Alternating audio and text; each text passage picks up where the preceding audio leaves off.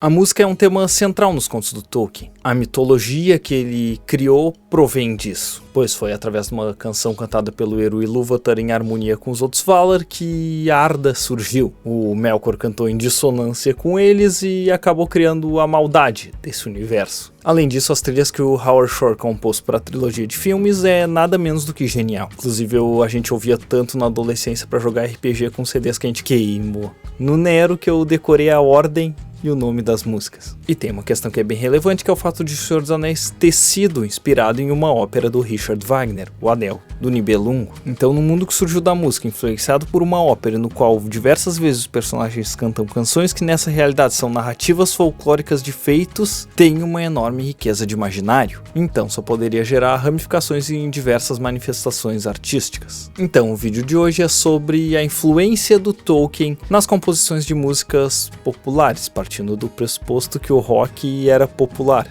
e não coisa de tiozão de meia idade, que nem hoje, tipo eu. Claro que ao falar nisso, a primeira banda que vem na cabeça é o Led Zeppelin. Sim, mas calma que eu vou chegar lá. Antes deles, os Beatles queriam adaptar os livros do Senhor dos Anéis para os cinemas. Eles seriam os 4 hobbits. Tem toda uma história por trás disso, mas o fato é que o Tolkien ele não gostava dessa aceitação dos hippies com a obra dele. Então esse projeto nem avançou, embora o John Lennon tenha se tornado o branco. Mas quem morreu e retornou na verdade foi o Paul.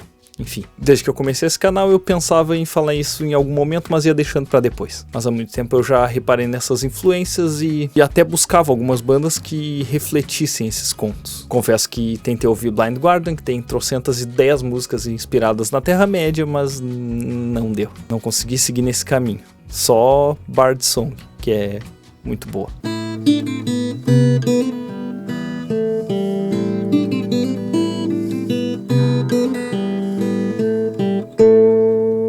Foi numa dessas buscas que eu encontrei uma banda psicodélica dos anos 60 chamada Gandalf, que surgiu em 65 em Nova York.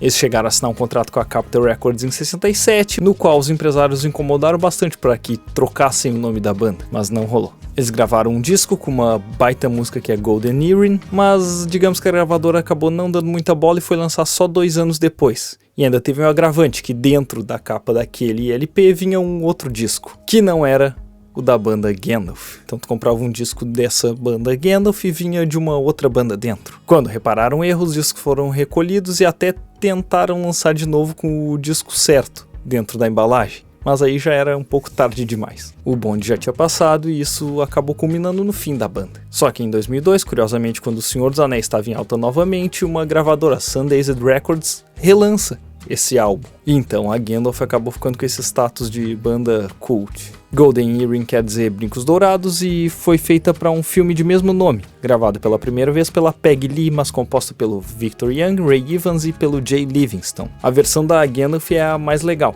mas o Willie Nelson regravou também e o filho do John Lennon, Sean Lennon, tem a versão psicodélica dele. Outra que de cara eu reparei em qual personagem tinham inspirado foi The Wizard, do Black Sabbath, que inclusive é a segunda música desse disco. O Wizard é claramente o Gandalf e o Geezer Butler, o baixista, estava lendo O Senhor dos Anéis e encantado nessa época. Já o Rush, naquele álbum que é o mais famoso deles, tem uma música chamada Rivendell, que é a casa do Aaron Maywelf. Isso porque o Neil Peart, o baterista de Milhões de Pratos, estava lendo nessa época. Só que para começar a acalmar as coisas, Joni Mitchell com I Think I Understand. Acho que entendi. Isso porque ela falou antes de apresentar num festival do Rio Mississippi, dizendo que leu um conto de um inglês chamado Tolkien e ficou encantado com as tantas metáforas e maneiras de interpretar suas próprias coisas, obter esperança, luz e tudo mais. Na música ela retrata a Galadriel quando diz pro Frodo pegar aquele frasco quando todas as outras luzes tiverem se extinguido, e usa a terra selvagem, pela qual eles deveriam seguir, como uma metáfora à vida, que segundo ela é uma região cheia de todos os tipos de monstros e coisas antigas e nós precisamos de uma luz que nos guie. E sim, chegou a hora de falar de LED.